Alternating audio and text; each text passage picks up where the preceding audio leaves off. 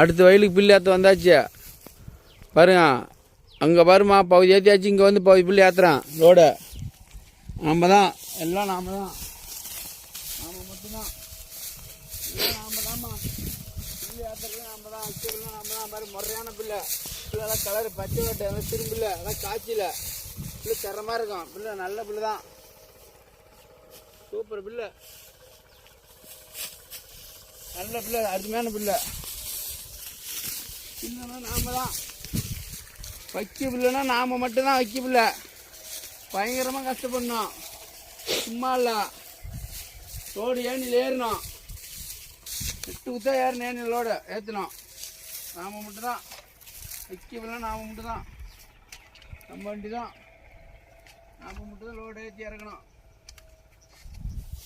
வருமா பிள்ளை லோடு ஏற்றிக்கிறோம். வருமா பையன் லோடு